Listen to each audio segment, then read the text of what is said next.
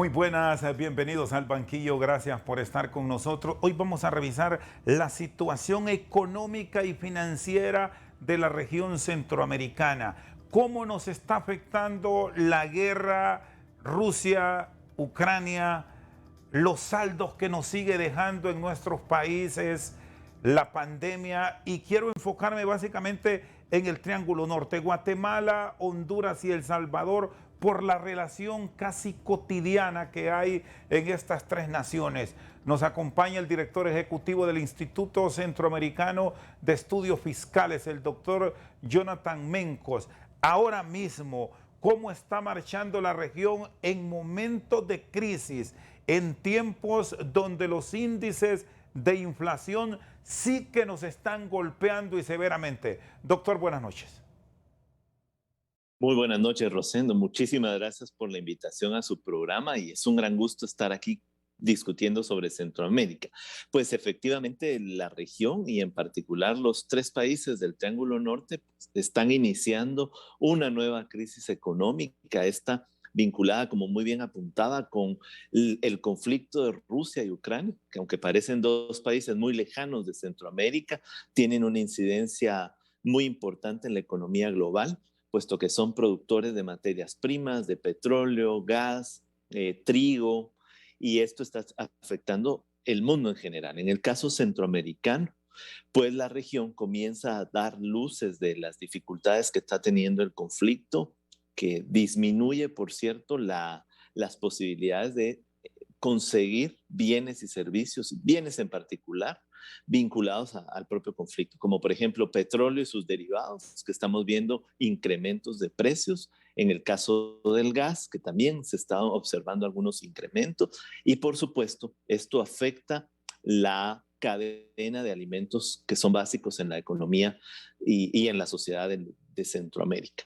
Uno de los enormes retos que tenemos es que estamos saliendo o avanzando para terminar la crisis que se inició en 2020 como resultado de la pandemia de COVID-19 y el paso de huracanes y tormentas que también destruyeron y hicieron o provocaron efectos negativos en la economía centroamericana. El reto en este momento consiste en, por supuesto, cuidar a las personas más vulnerables frente a esta crisis. Esto es, las personas que tienen menos recursos. Y en el caso de los tres países del norte de Centroamérica, pues tenemos una población bastante amplia en condiciones de pobreza. Puntualizo que el 85% de las personas centroamericanas que viven en condiciones de pobreza extrema viven en Guatemala, El Salvador y Honduras. Y esto significa que hay un enorme reto por salvar a niñas, niños y adolescentes de el incremento del hambre y la pobreza que puede traer como consecuencia esta crisis. ¿Cuáles son los elementos sobre los cuales deben tener prioridad innegociable ahora mismo los gobiernos de estos tres países con problemas que son son similares? Es difícil Sí. que encontremos una diferencia entre uno y otro. Aquí en nuestro país los niveles de pobreza, según algunos cálculos, pueden estar arriba del 60%. Guatemala anda por un 55%. El Salvador, de igual manera, reporta 64, 62%. Es decir, estamos casi tabla, doctor Mencos.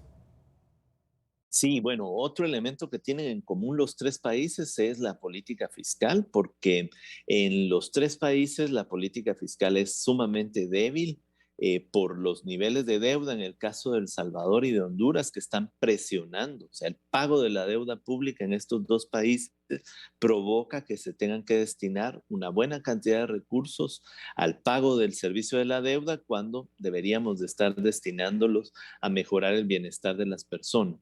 Creo que el otro elemento que se tiene en común es una recaudación tributaria relativamente baja, por debajo de los promedios que países similares en términos de riqueza tienen de carga tributaria, y esto como resultado de que nuestros sistemas tributarios son poco progresivos. En estos tres países, el 10% de la población que tiene más recursos paga menos impuestos que el 90% de la población en términos de su capacidad de pago. Por el lado del gasto encontramos presupuestos que están siendo muy limitados para enfrentar las diferentes crisis. Hace falta recursos para educación, para salud, por supuesto para protección y asistencia social. Y en los tres países pues venimos de problemas estructurales vinculados a la corrupción. Quizá en el caso hondureño, el inicio de gobierno, un gobierno que está teniendo un plan, digamos, unas promesas de campaña vinculadas con la lucha contra la pobreza, la mejora de la educación, de la salud, puede en este momento ayudar a concentrar los esfuerzos en estas materias, porque como usted muy bien apuntaba, la prioridad en este momento tiene que ver con salvar a las personas del hambre. Y en ese sentido hay programas, hay que desarrollar programas de asistencia y de protección social transparentes, que las personas sepan que los recursos que van a llegar a estos hogares son recursos que están siendo utilizados para salvarlos del hambre y de la pobreza. Y el otro reto, porque estamos saliendo de la crisis de la pandemia que dejó fuera a muchas niñas, niños y adolescentes de las escuelas, pues el otro reto sería volver a garantizar el derecho a la educación y ampliar su cobertura hasta universalizarla. ¿Qué modificación se deberá impulsar a nivel de la región en el tema de los programas de asistencia social? Partiendo de el apoyo que han comprometido gobiernos amigos como Estados Unidos y el mismo gobierno de los Estados Unidos mexicanos a través de su presidente López Obrador en una recién gira por los países de la región tuvo este desprendimiento. Pero ¿qué tan efectivos son estos programas? ¿Tienen ustedes una medición puntual que nos permita tener una orientación si son para bien o al contrario estos programas nos puntualizan más en la pobreza, doctor Mencos? Sí, bueno, esa es una excelente reflexión, porque en realidad lo primero que necesitamos hacer para tener programas de protección y asistencia social que sean exitosos es contar con un registro único de beneficiarios que nos permita como sociedad saber qué personas dentro de nuestras sociedades necesitan el apoyo más puntual. Es decir, un registro único de beneficiarios que permita saber qué hogares están en condiciones de pobreza. Sabemos que en la región, en los tres países que estamos, de los que estamos hablando más, los hogares con jefaturas mujeres suelen ser hogares que están padeciendo de pobreza extrema. Pues el conocimiento que podamos tener de la población va a ayudar a definir con más claridad y más transparencia a quienes tenemos que apoyar de manera rápida y oportuna con transferencias. Pueden ser transferencias en efectivo. Hay toda una discusión. El ICEFI ha publicado algunos estudios en particular en los que se sostiene que las transferencias en efectivo son mucho más exitosas para contener los problemas de pobreza. Obviamente, en contextos de inflación, estos recursos deben ir acompañados de mejoras en el acceso o en mejoras en los mercados de alimentos, de provisión de bienes, porque de lo contrario, si solo damos dinero a los hogares y los precios o el nivel de inventario de productos, de alimentos, sigue siendo el mismo, vamos a tener un aumento de la inflación. Entonces se tiene que acompañar el apoyo de recursos a los hogares con apoyo para la mejora en cuanto a la distribución y la producción, por lo menos de los bienes más básicos de alimentación que puedan tener los territorios, ¿verdad? Eso es un reto enorme. Y en el caso de la gasolina, pues es muy difícil contener el incremento de precios porque este es internacional. Ahora, ¿es urgente un pacto fiscal para la región? ¿Debería tener un común denominador en los tres países? ¿Una propuesta íntegra es valedera ahora mismo? ¿O cómo orientarnos en un momento de crisis? Sobre todo, me quiero quedar con Honduras, doctor Mencos, donde usted ha estado recientemente y hay una nueva administración que está encontrando muchas dificultades en el arranque de su gobierno. ¿Cómo entendernos sin que se genere el desconcierto de la inversión por parte del privado, donde el representante de la sociedad civil se involucre? Es decir, un pacto real, conjunto de todos los sectores y no con propuestas aisladas para mi beneficio, sin importarme qué le hago a aquel que invierte. Así es.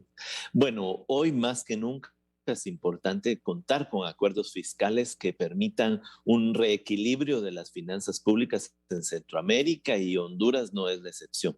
Esta semana que transcurrió pasamos en Honduras, expusimos algunos estudios y hay uno en particular.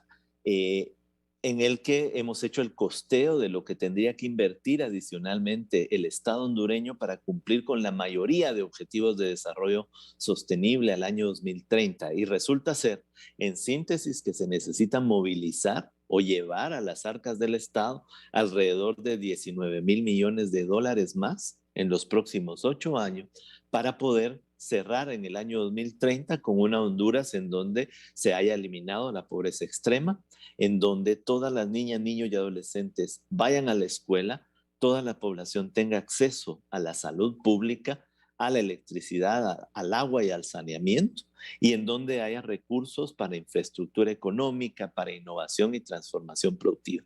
Eso significa que el reto no es solo el reto del gobierno actual, sino es el reto del Estado hondureño como tal, porque es un esfuerzo para los próximos 8 o 9 años.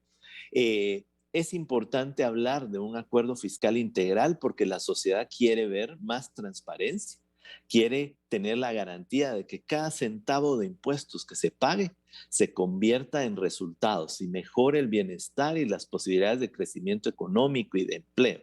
Pero también es justo que reconozcamos que la sociedad hondureña no va a poder salir adelante si no tiene un poco más de recursos del aparato público para hacer sus funciones. Y por el otro lado, bueno, necesitamos cerrar caminos a la corrupción. En el caso de los recursos, es importante distinguir en Centroamérica que hay varios caminos para lograr más recursos para los estados. El primero tiene que ver efectivamente con la lucha contra la evasión y la elusión de impuestos. Hay impuestos que ya existen y que están teniendo altos niveles de evasión. Hay que cerrar los caminos a la evasión. El segundo elemento tiene que ver con la revisión de los privilegios fiscales, algo que ya estábamos discutiendo. Y en ese sentido, países como Honduras, El Salvador y Guatemala, pero en particular Honduras, este es un problema enorme para Honduras, que deja de recibir impuestos que suman alrededor de 8% del PIB como resultado de los privilegios, exoneraciones, exenciones y deducciones de impuestos que tienen algunos sectores económicos.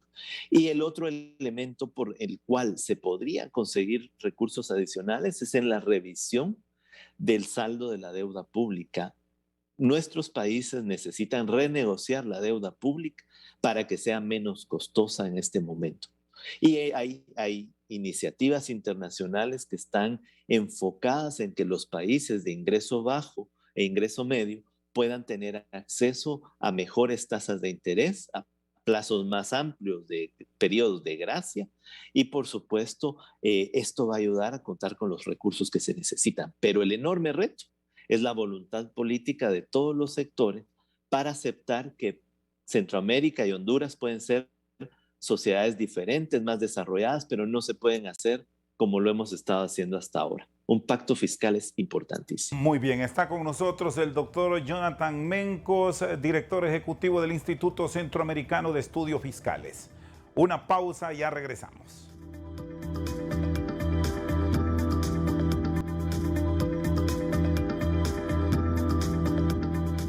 Seguimos esta noche al banquillo, está con nosotros el doctor Jonathan Mencos, director ejecutivo del Instituto Centroamericano de Estudios Fiscales. Vamos a ir por parte, evacuando muchas inquietudes que hay en materia financiera.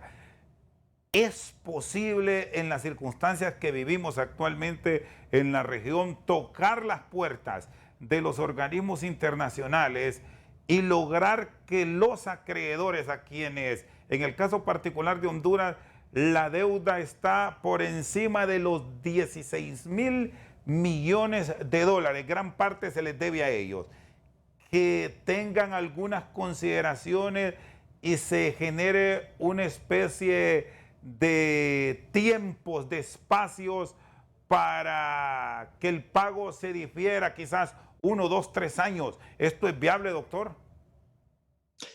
Bueno, sí es parte de una discusión que se tiene que tener con los principales acreedores de la deuda hondureña y hay otras medidas dentro de una estrategia de cambio de la estructura de deuda pública que tiene. Por ejemplo, en el caso guatemalteco, el Banco Mundial tiene la posibilidad de otorgar 500 millones de dólares a Guatemala para que pueda trasladar o transformar deuda, que es muy cara, la deuda de los bonos del Tesoro, con tasas de interés muy caras y sin periodos de gracia, a una deuda con el Banco Mundial que tiene mejores condiciones, tasas de interés muchísimo más barato, 50% más barato que la tasa de interés de los bonos del Tesoro y por supuesto un periodo de gracia para que el pago pueda hacerse diferido en el tiempo. En el caso de Honduras, que ha participado y continúa estando en la estrategia de alivio de deuda de países pobres altamente endeudados, creo que hay una posibilidad de una discusión madura con los acreedores para poder reconvertir mucha deuda que está presionando por lo que hablábamos, las tasas de interés tan altas y los nulos periodos de gracia, para convertirla en una deuda de largo plazo. En este caso sí creo que hay que tener muy claro que para poder acceder a ese tipo de negociaciones, los estados tienen que demostrar que están caminando en una estrategia de desarrollo. Y en ese sentido sería muy interesante que Honduras pueda presentarle a sus acreedores una agenda, una hoja de ruta de cumplimiento, por ejemplo, de los ODS en el año 2030 y que a partir de esta posibilidad de que los gobiernos que se sucedan, como el actual y el siguiente, tienen la responsabilidad de cumplir esta agenda. Si hay una agenda concreta para cumplir los ODS, vamos a encontrar puertas mucho más abiertas para procesos de renegociación de deuda pública. Otro de los elementos que creo que va a ser muy importante en las discusiones de esta estrategia tienen que ver con las hojas de ruta para mejorar la transparencia, la evaluación del gasto público que pueda hacerse y que dé certeza a los acreedores de que se están haciendo las cosas bien, con objetivos de desarrollo y con resultados muy concretos a cumplir a lo largo de los próximos años. ¿Y cómo saldar estas contradicciones financieras que encontramos en el país y que termina siendo lo mismo para la región, doctor Mencos, que mientras hablamos de dificultades, mientras planteamos crisis en diferentes áreas, cuando se va a la discusión de los presupuestos que manejará la hacienda pública, encontramos que los mismos se disparan y gran parte de esos incrementos se ha logrado descubrir en algunas áreas que es para el sostenimiento de la burocracia estatal. Sí, bueno, nos viene a toda Centroamérica una época de reentender los presupuestos públicos. Yo creo que los ciudadanos, los empresarios necesitan entender que los presupuestos públicos son elementos vitales para el desarrollo. Ninguna sociedad, no hay ninguna historia económica del desarrollo en la que se haya prescindido del trabajo público, de la búsqueda de resultados a partir de la utilización de los presupuestos públicos. Pero también quienes nos gobiernan tienen que entender que los presupuestos públicos deben ser elaborados y ejecutados en función de planes de desarrollo y de resultados que puedan ser medibles y que puedan ser pues evidenciables frente a la ciudadanía. Entonces, creo que necesitamos avanzar hacia presupuestos por resultado. Si vamos a invertir 10,000 empiras en educación, bueno, eso tiene que significar resultados en materia de cobertura y de calidad educativa. Si vamos a invertir en la compra de medicamentos, esto tiene que estar vinculado a procesos de mejora de la salud de las personas. Es decir, cada vez necesitamos alejarnos más de los presupuestos que eran chequeras en blanco para tomar decisiones arbitrarias. A mí me parece que en toda la región los ciudadanos están muy claros que ese es el camino que tienen que tener los presupuestos en el siglo XXI. Y ahí hay todo un reto de producir presupuestos ciudadanos. Esto quiere decir que no tenemos que ser economistas para entender lo que va a suceder con el presupuesto, sino que cualquier ciudadano interesado en la hacienda pública pueda acercarse y comprender en qué se están invirtiendo los recursos de sus impuestos. Y a mí me parece que también estamos en una época en la que necesitamos que aquellos que tienen más, que han tenido más a lo largo del tiempo, sean mucho más justos, sean mucho más responsables de construir una sociedad diferente. Me parece que las próximas reformas fiscales en toda Centroamérica tienen que atraer recursos de aquel grupo de población, de ese 10% que hablábamos al inicio, que ha pagado proporcionalmente menos impuestos que el 90% de la sociedad restante. Ahora, ¿y el componente político cómo separarlo? Porque si revisamos la historia nos dice que el ciudadano respalda determinada propuesta que normalmente plantea cambios profundos y lo respalda con la intención de llegar a ocupar un puesto público. Y ahí viene esa degeneración presupuestaria histórica en la región. Estamos ya entendiendo los políticos de la región, comprenden que ese tema se debe ir alejando de sus agendas, que los próximos gobiernos serán en base a meritocracia, como justamente lo ha planteado en las últimas horas el sector privado aquí en Honduras. Sí, yo creo que incluso por el bien de los propios gobiernos, para poder conseguir exitosamente los resultados que han ofrecido en sus propuestas de campaña, los gobiernos tienen que contar con un servicio civil que sea de la mejor calidad posible. Y en ese sentido, se debería de avanzar hacia la construcción de servicios civiles que atraigan a los mejores, que retengan a los mejores y que estén completamente y que sean completamente independientes de las decisiones políticas. Hoy por hoy, ese es un reto mayúsculo en casi todos los países centroamericanos. Yo diría que con la clara excepción de Costa Rica, que tiene un servicio civil de muy larga data, el resto de países pues necesita hacer reformas y llegar, por supuesto, también por ese lado a acuerdos políticos que permitan cuidar al servicio civil y no convertir al servicio civil en una moneda de cambio y en un espacio en el que se suman los que hayan apoyado a la campaña. Ese es un reto enorme y me parece que los gobiernos lo están entendiendo en la medida en que malas contrataciones, mal personal en la administración pública va a dar como resultado malos resultados en materia de desarrollo, porque necesitamos gente que sepa a qué llega al servicio civil y a trabajar en el servicio civil. Ese es uno de los talones de Aquiles, diría yo, en el contexto centroamericano actual. Uno de los lastres que se registran en la región, doctor Mencos, es el tema de la corrupción. Ustedes plantean y abogan por la transparencia en el manejo de los recursos públicos. ¿De qué forma se debe puntualizar a futuro en esa administración? Sobre todo cuando estamos expuestos a gastos constantes ahora mismo en tema de infraestructura, en tema de compra de medicamentos que se volvió una prioridad, y por ahí vamos a ir encontrando el gran problema que ahora mismo enfrenta el mundo, las importaciones de alimentos, que a qué costo los vamos a estar comprando en los próximos días. Sí, bueno, la transparencia es el primer pilar en una discusión de un acuerdo fiscal integral. Que ningún actor se va a sentar en una mesa de discusión si la administración pública no transparenta sus acciones.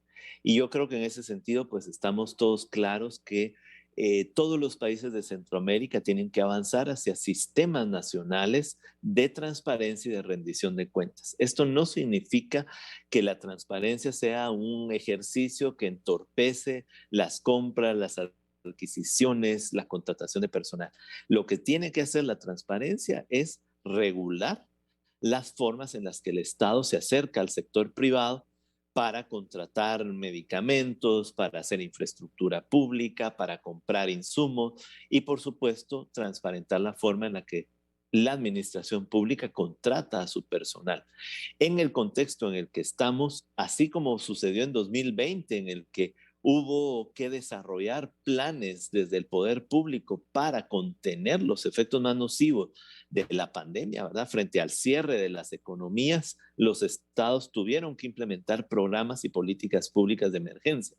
En aquella ocasión, en esos años, no se avanzó lo suficiente en materia de transparencia, pero me parece que en el contexto actual, hacer procedimientos transparentes de cotización, de licitación de los productos que se van a necesitar, de la infraestructura que se va a construir, tener procesos muy claros de supervisión de estas adquisiciones y contrataciones públicas y, por supuesto, transparentar en informarle a la sociedad en qué se está invirtiendo, con qué costos se está comprando los medicamentos o se están haciendo las políticas públicas, tiene un doble rédito. El primero es que comenzamos a acostumbrar a las administraciones públicas a hacer un trabajo cercano a la población, informándole.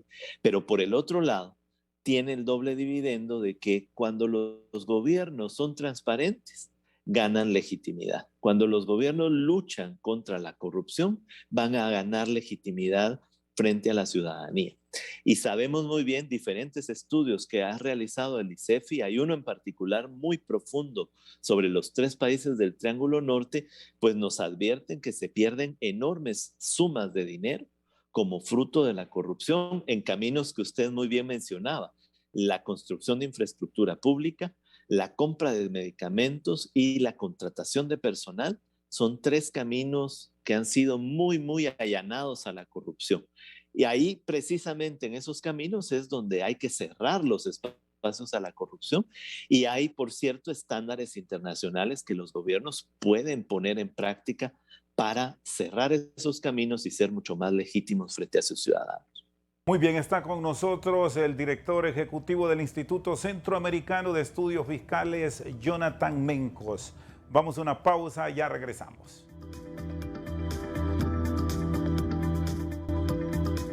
Seguimos esta noche al banquillo con el doctor Jonathan Mencos. Bueno, quiero entrar ahora a revisar una área que Guatemala, de donde nos acompaña hoy doctor Mencos, es un ejemplo para Centroamérica en el manejo de la industria eléctrica que ha generado mucha polémica en Honduras por una recién reforma que usted la conoce y que no deja de llamar la atención por el tema de los riesgos para la inversión en esta área.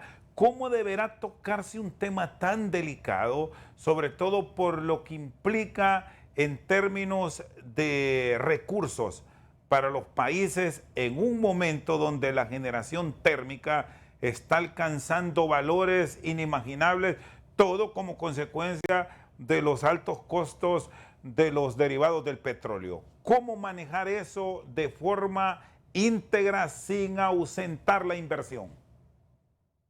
Sí, bueno, ese es un campo en el que en el instituto no somos tan expertos, no podría profundizar sobre el sistema eléctrico de cada una de las naciones. Lo que sí puedo decir es que la electricidad es una materia prima fundamental, no solo para el crecimiento económico, sino para el bienestar social.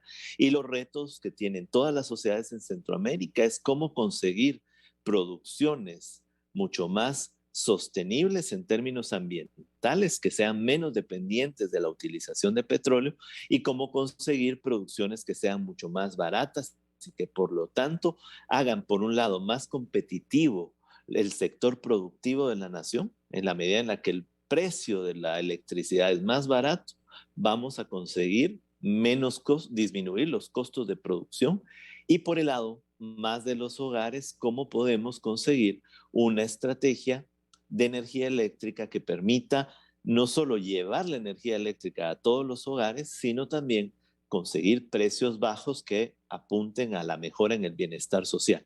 Es un reto enorme. En el caso de Guatemala hay una matriz de generación de electricidad que ha ido cambiando con los años y se ha ido volviendo menos dependiente del petróleo.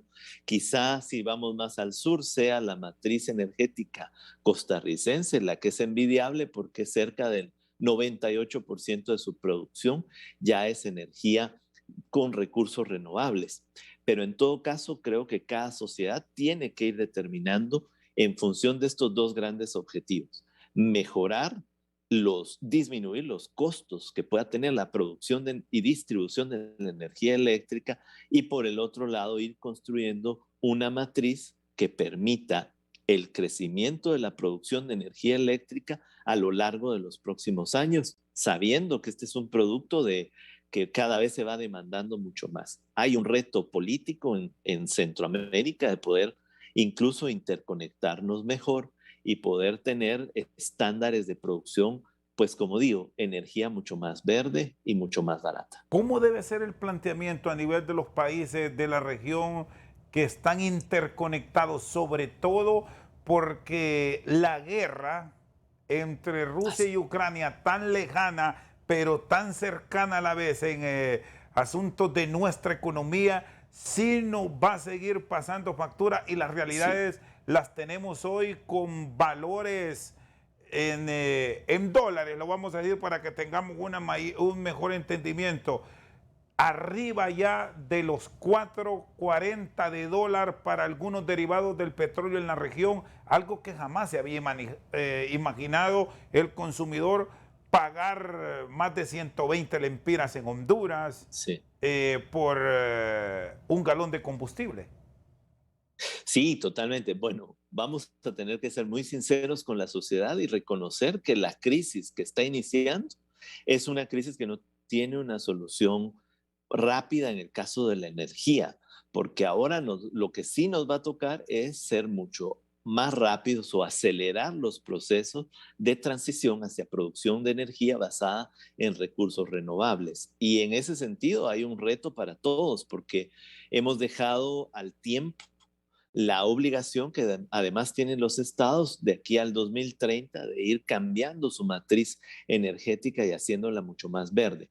Me parece que sobre los altos precios del petróleo se vienen los próximos probablemente 12, 18 meses, más allá de que el conflicto de Rusia y Ucrania sea más largo de lo que se esperaba. Todos creíamos, por lo menos la gran mayoría de analistas pensaban que el conflicto iba a ser muy rápido, iba a terminar antes de que terminara mayo. Yo creo que ahora debemos pensar en un conflicto que va a ser de largo plazo y que va a afectar la producción de petróleo, pero también va a afectar las cadenas de distribución de petróleo y por supuesto de refinado de este petróleo para que se convierta en gasolina, en diésel y en todos los demás derivados.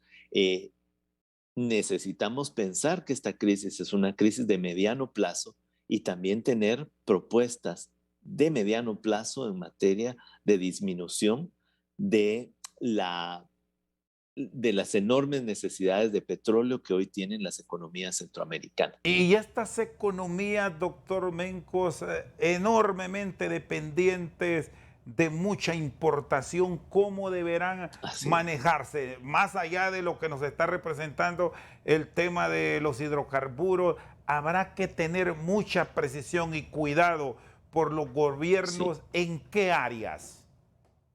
Bueno, tal vez la primera preocupación, ya la decíamos al inicio del programa, tiene que ver con la alimentación.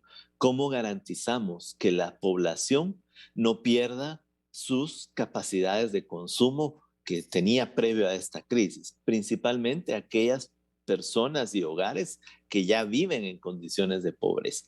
El otro elemento es que necesitamos tener el fomento de la producción interna y en ese sentido hay que pensar en algunos fondos que permitan incrementar las inversiones nacionales destinadas a la producción de alimentos.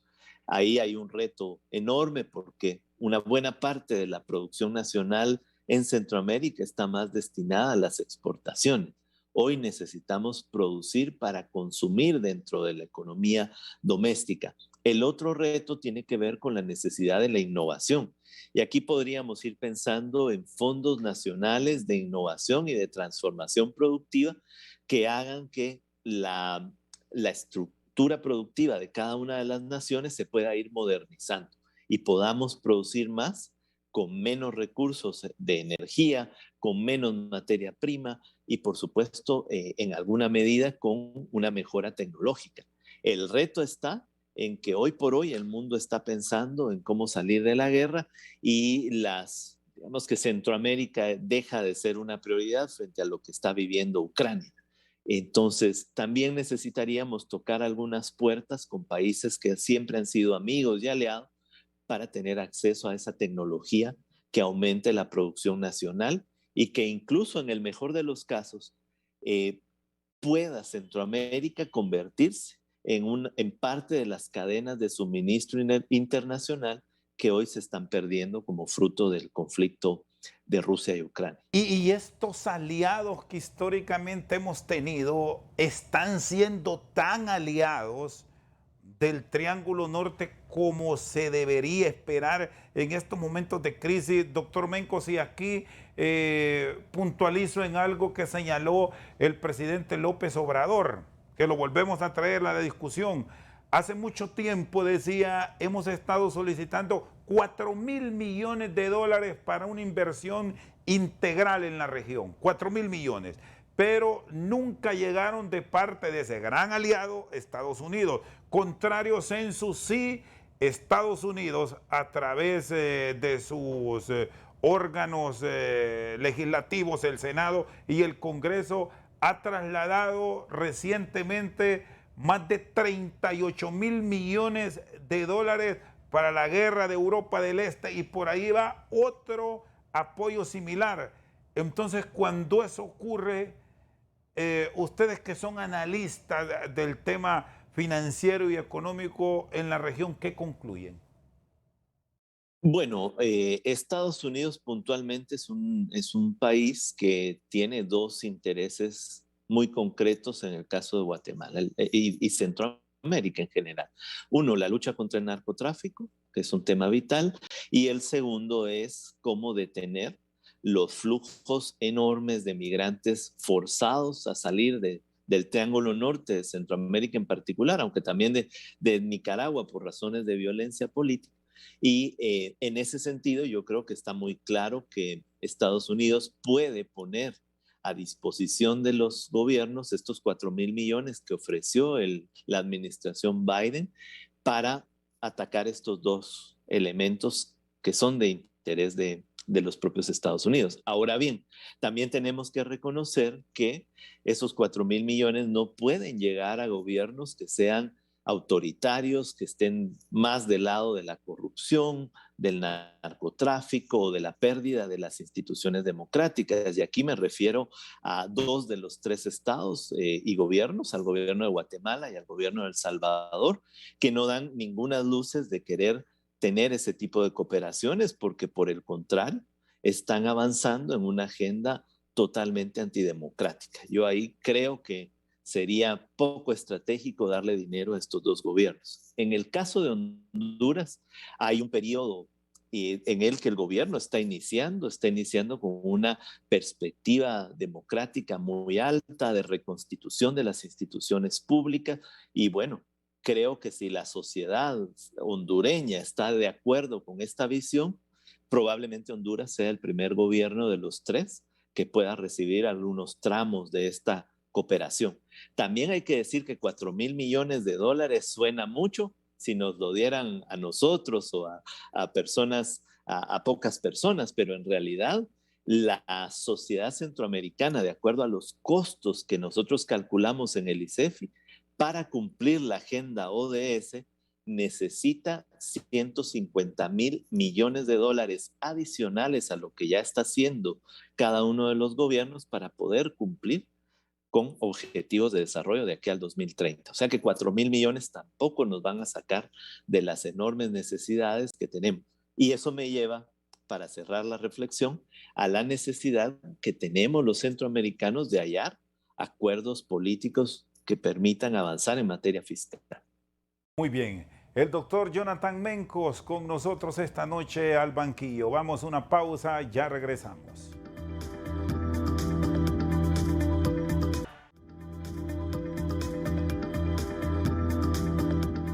Seguimos esta noche al banquillo. Está con nosotros el director ejecutivo del Instituto Centroamericano de Estudios Fiscales, doctor Jonathan Mencos.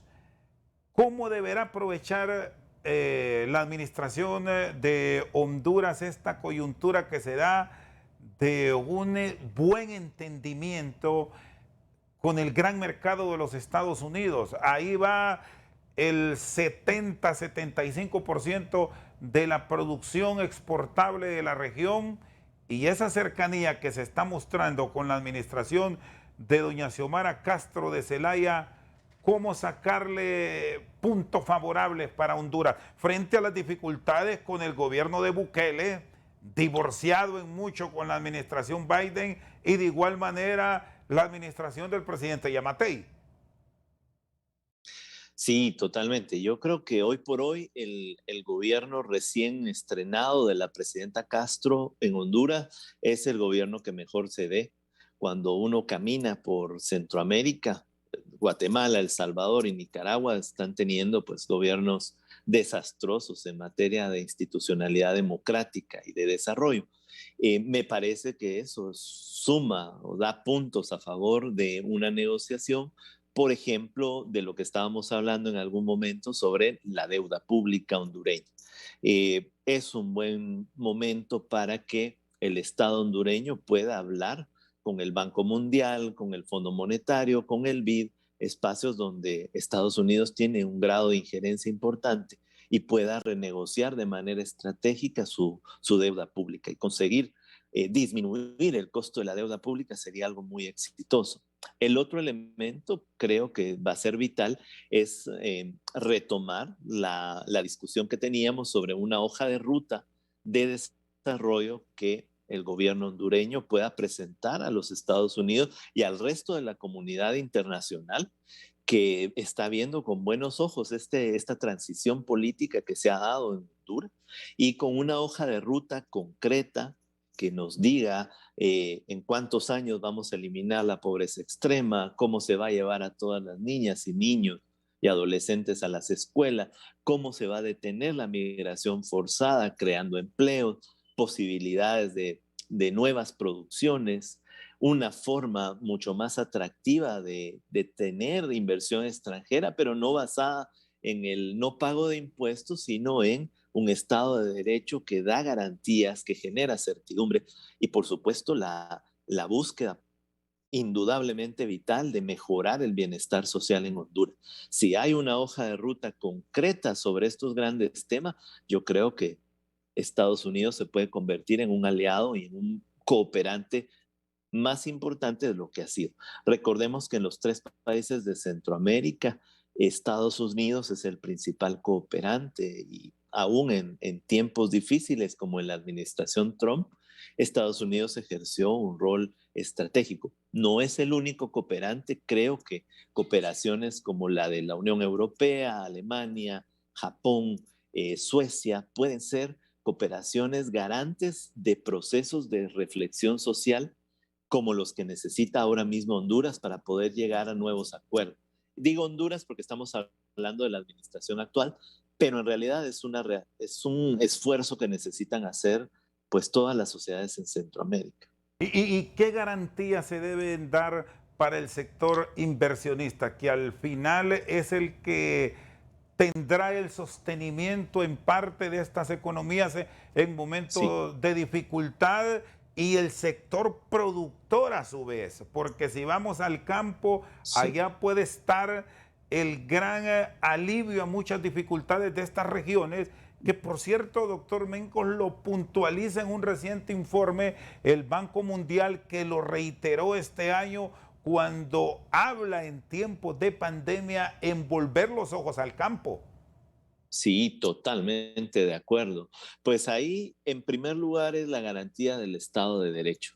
Creo que el nuevo gobierno en Honduras puede esforzarse por dar una garantía que hoy los inversionistas no tienen ni en Guatemala, ni en El Salvador, ni en Nicaragua. Eso sí hay que decir que Honduras compite en términos de inversiones con Costa Rica y con Panamá a nivel regional, países que son mucho más estables en materia política. El otro elemento en donde hay que garantizarle a la producción y la posibilidad de que también el poder público contribuya al crecimiento económico es a través de una revisión de los gastos tributarios actuales. Hay que ser muy objetivos y en todo caso tener privilegios fiscales o deducciones, exoneraciones de pago de impuestos que sean transitorios, obviamente en el tiempo, no pueden quedarse para siempre, tienen que ser también sometidos a un objetivo particular. No se puede exonerar del pago de impuestos a todas las industrias y a todos los sectores económicos, pero por el otro lado, sí que se puede tener un fondo de fomento a la innovación de sectores económicos en donde Honduras pueda tener un nicho de crecimiento acelerado. Eso significa que el rol del poder público en el crecimiento económico sigue siendo vital. Y sabe que el otro elemento que suele salir en muchas de las investigaciones sobre la motivación a invertir en una economía o no es la propia lucha contra la pobreza. Los países en donde la pobreza es muy alta no son países atractivos a la inversión. Las inversiones quieren llegar, instalarse y tener clientes a los cuales comprar, a los cuales venderle. Quiere tener también cadenas de producción garantizadas para poder comprar insumos. Entonces, en ese sentido, creo que la lucha contra la pobreza que tiene que dar el gobierno en Honduras también va a tener réditos en materia de crecimiento económico y atracción de inversiones. Coincido con usted en la idea de que en este momento el desarrollo rural se hace toral para toda Centroamérica y en particular para Honduras, porque ahí se puede generar alimentos, nuevas producciones con más valor agregado y por supuesto más empleo. Esto va a redundar en mejoras en el bienestar social y en la certidumbre. Ojalá ningún centroamericano tuviera que salir de su país huyendo por motivos políticos, económicos o de violencia. Se volvió muy, pero muy común en algunos gobernantes de la región en los últimos tiempos ser facilitadores de la inversión, pero con un punto negativo al momento del desarrollo, el cambio de las reglas de juego, que son las Sí. grandes apuestas que el capital local y el extranjero reclamen los países donde van a poner plata. Reglas claras. Debe orientarse hacia eso el nuevo gobierno de los países de la Sí, región en abrir las sí, puertas, pero sí. garantizar las inversiones, doctor. Sí, totalmente. Creo que tenemos que dejar de lado ya la idea del Estado o de la administración pública que está ahí únicamente para corregir fallas del mercado. Necesitamos tener una administración pública que cuente con una estrategia de crecimiento económico y de desarrollo de largo plazo que permita entender cuáles son los caminos en materia económica que tienen que adoptar los países para poder mejorar su inserción incluso en la economía global. Esto es lo que se llama ahora contar con estados emprendedores, ¿no? Que hacen un esfuerzo de mejorar, de tener economías mixtas en donde el mercado juega un rol importante, pero también la administración pública juega un rol estratégico, ¿verdad? Brindar educación, capacitación, tener una buena infraestructura económica, buenos puertos, aeropuertos, va a dar como resultado una mejora de las capacidades de producción actuales y futuras del país, pero también necesitamos tener una estrategia de crecimiento económico y ahí es el Estado y la administración pública la llamada a construir esa estrategia de crecimiento económico de largo plazo. Y por supuesto, esta estrategia tiene que ser dialogada con la sociedad, con los trabajadores y con los empresarios para tomar decisiones más colegiadas. En todo caso, eso es parte de la idea de cumplir la Agenda ODS 2030, porque esta agenda implica la necesidad de tener un pilar de crecimiento económico sostenido. No queremos crecer 12% un año y después caer la producción en 5%. Deberíamos de tener una estrategia de crecimiento económico 5% anual a lo largo de los próximos 15 años que genere empleo. Necesitamos que se generen mayores empleos en Centroamérica y Honduras no es la excepción. Y por supuesto, necesitamos tener procesos de innovación productiva que permitan elevar el valor agregado de la producción actual de Honduras y de Centroamérica. No podemos seguir Número, sí. produciendo solamente camarones o pescado, café. Necesitamos agregarle valor a la producción.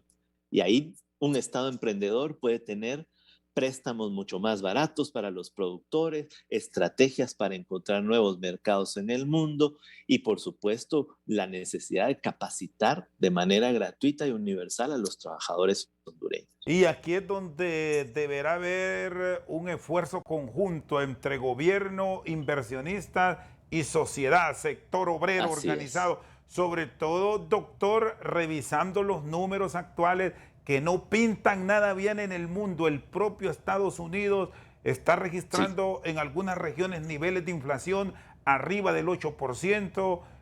Las tasas de crecimiento en la región centroamericana serán muy bajas. Y con sí. esta inflación importada, pues las tendencias van arriba de 2 dígitos.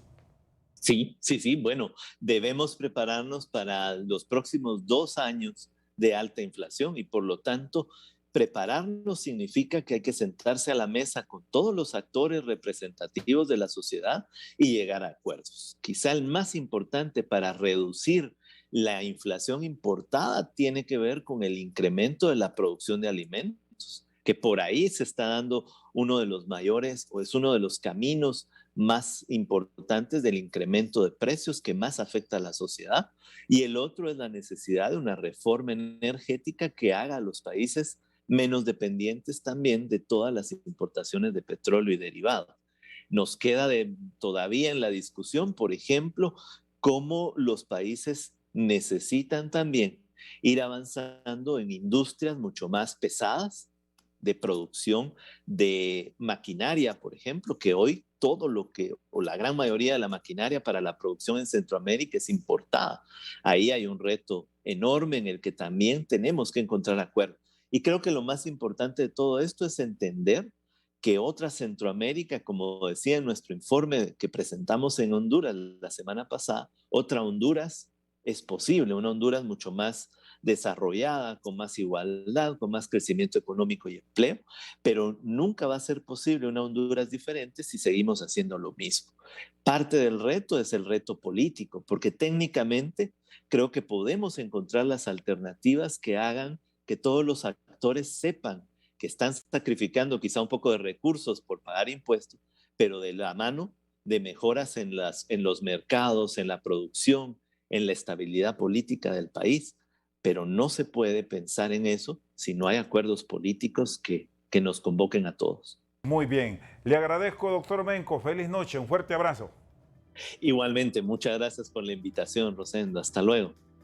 El director ejecutivo del Instituto Centroamericano de Estudios Fiscales, Jonathan Mencos, con nosotros esta noche al banquillo. Por su sintonía, muchas gracias.